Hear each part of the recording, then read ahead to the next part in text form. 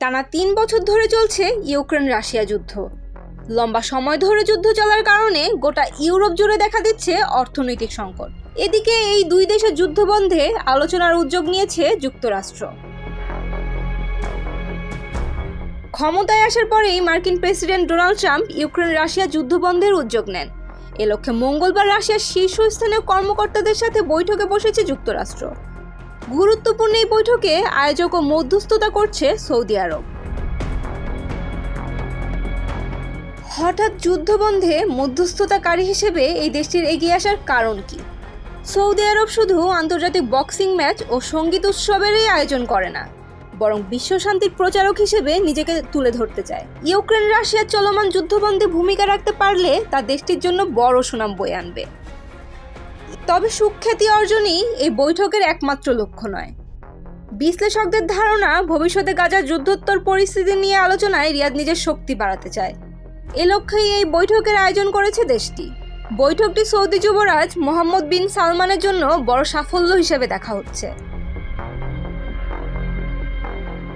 এছাড়া আন্তর্জাতিক সংঘাত সমাধানে নিজের মধ্যস্থতা করার সক্ষমতা জাহির করতে চায় সৌদি আরব। সেই কৃতিত্ব অর্জনের তাগিদে সৌদি কর্তৃপক্ষ এই বৈঠকের আয়োজন করেছে বলেই ধারণা করা হচ্ছে। বিশ্লেষকরা মনে করছেন, বৈঠক সফল হলে সৌদি আরব দীর্ঘমেয়াদে রাশিয়া ও যুক্তরাষ্ট্রের মধ্যস্থতাকারী হিসেবে নিজের ভূমিকা ব্যবহার করতে পারে।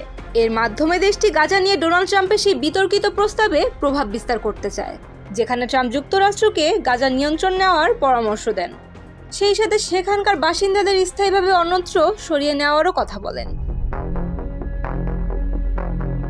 ক্ষমতা গ্রহণের পরপরই ট্রাম্প মধ্যপ্রাচ্যে শান্তি আনার একটি পরিকল্পনা তুলে ধরেন।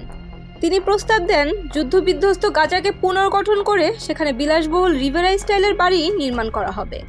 সেখানে গাজার ২০ লাখের বেশি বাসিন্দাকে স্থায়ীভাবে স্থানান্তর করা হবে। যদিও তাৎক্ষণিকভাবে আরব দেশগুলো ট্রাম্পের এই প্রস্তাব প্রত্যাখ্যান করেছে। এই মুহূর্তে যুবরাজ সালমানের সঙ্গে ট্রাম্প ও পুতিন উভয়েরই ভালো ব্যক্তিগত সম্পর্ক রয়েছে, আর তাই সফলভাবে মধ্যস্থতা করতে পারলে বিষয়টি সৌদির জন্য বেশ সম্মানজনক হবে। পাশাপাশি এটি সৌদি আরবকে আঞ্চলিক ও বৈশ্বিকভাবে শক্তিশালী করবে। এদিকে ইউক্রেন যুদ্ধ বন্ধের ইস্যুতে আয়োজিত বৈঠকে যে দেশে যুদ্ধ চলছে সেই ইউক্রেন বা তার মিত্র ইউরোপীয় দেশগুলোর কাউকে আমন্ত্রণ জানানো হয়নি। আর তাই রিয়াদে আলোচনা শুরুর আগেই কিয়েভ শহর ইউরোপের বেশিরভাগ দেশে উদ্বেগ উৎকণ্ঠার জন্ম দিয়েছে। ইউরোপের নেতারা ভাবছেন, তাদেরকে পাশ কাটিয়ে ইউক্রেন যুদ্ধ অবসানের উদ্যোগ নিয়েছে ট্রাম্প ও Putin. Saim Akter, Daily Sun.